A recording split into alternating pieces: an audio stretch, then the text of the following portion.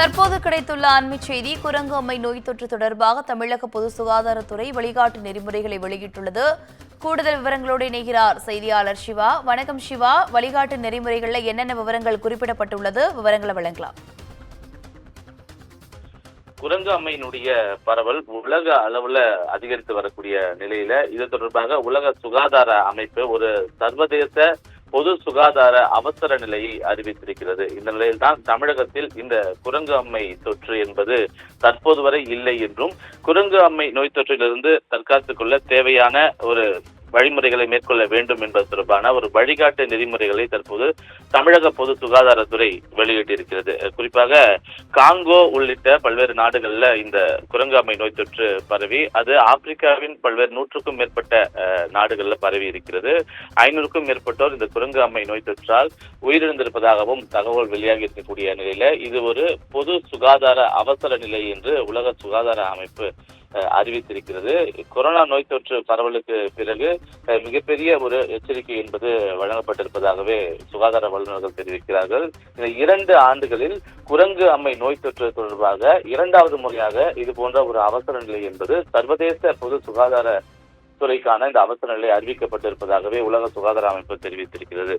குறிப்பாக இந்த குரங்கு அம்மை நோய் தொற்று என்பது குரங்குகளில் இருந்து மனிதர்களுக்கு பரவக்கூடியதாகவும், அதே போல இந்த நோய் தொற்று இருப்பவர்கள் அவர்களுடைய நேரடியாக தொடர்பு ஏற்படுத்திக் கொண்டால் இது போன்ற ஒரு குரங்கு அம்மை நோய் தொற்றுக்கு உள்ளாவார்கள் என்றும் தமிழக பொது சுகாதாரத்துறை தெரிவித்திருக்கிறது. அது மட்டுமல்லாமல் 21 நாட்கள் வரை தொடர்ந்து உடல் அழற்சி, காய்ச்சல், அதே போல தீராத தலைவலி போன்ற பல்வேறு உடல் உபாதைகள் இருந்தால் அவர்களுக்கு குரங்கு அம்மை நோய் தொற்று இருப்பது உறுதி செய்யப்படும் என்பன போன்ற பல்வேறு அறிவுரைகள் எல்லாம் இந்த வழிகாட்டு நெறிமுறைகள்ல தெரிவிக்கப்பட்டிருக்கிறது. எனவே சர்வதேச அளவுல ஒரு அவசர நிலை அறிவிக்கப்பட்டிருக்கக்கூடிய நிலையில தமிழக பொது சுகாதாரத்துறை அனைத்து மாவட்டங்களில் இருக்கக்கூடிய சுகாதாரத்துறை அலுவலர்கள் மட்டுமல்லாமல் வெளிநாட்டிலிருந்து வருபவர்களை கண்காணிப்பதற்காக விமான நிலையம், அதே போல துறைமுகங்களிலும் இது தொடர்பான ஒரு வழிகாட்டு நெறிமுறைகளை தீவிரமாக பின்பற்ற வேண்டும்.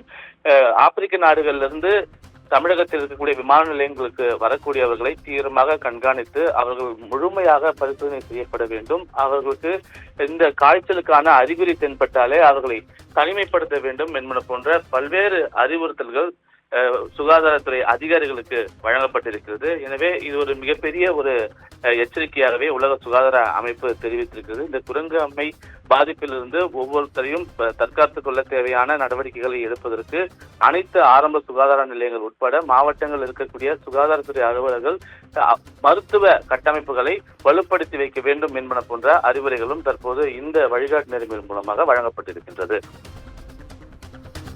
விவரங்களுக்கு நன்றி சிவா.